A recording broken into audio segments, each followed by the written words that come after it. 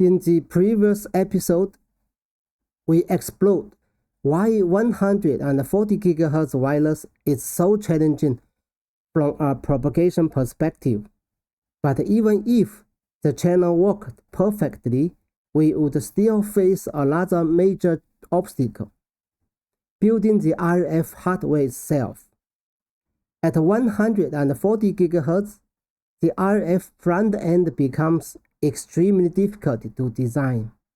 Power amplifiers struggle with efficiency, noise figures increase, and even tiny layout parasitics can break the circuit. So, in this episode, let's explore what does it really take to build a 140 GHz RF front end. A typical RF front end in a wireless transceiver contains several key blocks: power amplifier, PA, low noise amplifier, LNA, mixer, local oscillator, and frequency multipliers, beamforming phase shifters. At 140 GHz, each of these blocks faces unique challenges. First, the power amplifier efficiency drops significantly. Second, noise becomes harder to control. And third, signal routing losses increase dramatically. Let's start with one of the most difficult blocks: the power amplifier. At lower frequencies, power amplifiers can achieve relatively high efficiency.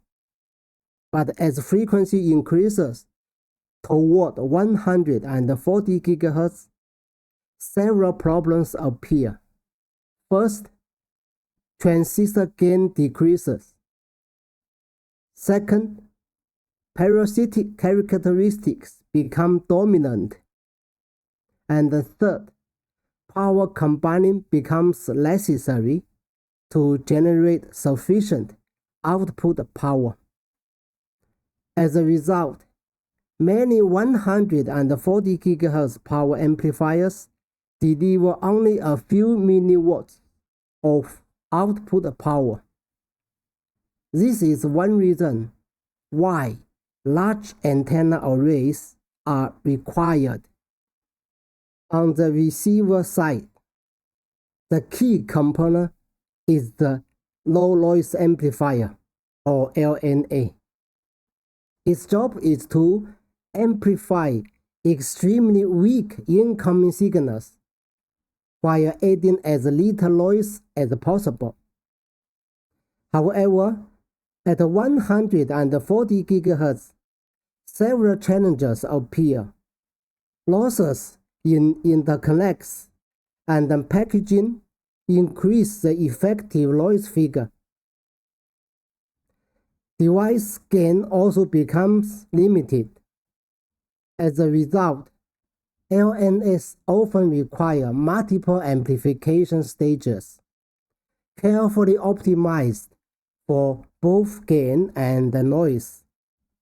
The typical metrics for LNAs are gain 15 to 25 dB, noise figure 6 to 10 dB, and then with multi-stage designs. Because transmitter power is limited at 140 GHz, systems rely heavily on beamforming. Instead of one antenna, the transmitter uses many small antenna elements. By adjusting the phase of each element, the signals combine to form a narrow directional beam. This technique provides array gain, which compensates for the large propagation losses we discussed in the previous episode. However, implementing large array introduces additional complexity, such as phase shifters, calibration, power distribution, and thermal management. At 140 GHz, packaging becomes just as important as circuit design. Even a few millimeters of interconnect can introduce significant loss. To minimize this, many systems use antenna in package, or AIP. In this approach, the RFIC and the antenna array are integrated within the same package. This reduces interconnect length and improves overall efficiency.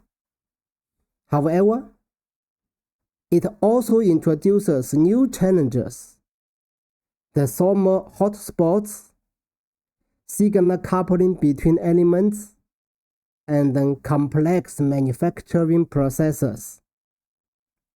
Different semiconductor technologies are used to build sub-THz RF front ends.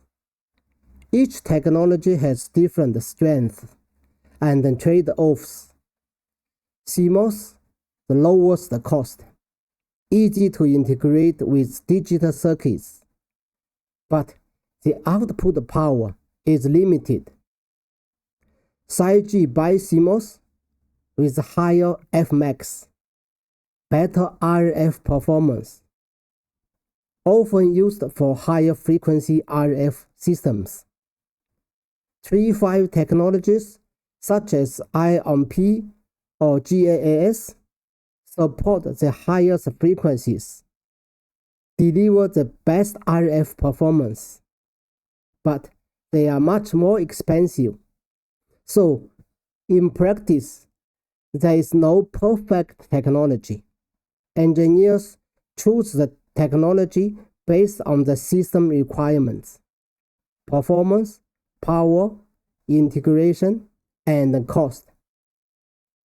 So the question is not which technology is best. The real question is which technology is best for your system. So, while 140 GHz wireless promises extremely high data rates, the RF front end remains one of the most challenging parts of the system. Engineers must balance limited amplifier efficiency, increasing noise, complex beamforming arrays, and difficult packaging constraints. These challenges are exactly why sub-THz hardware design is such an active research area today. In the next episode, we'll explore another critical topic: beamforming architectures for sub-THz systems.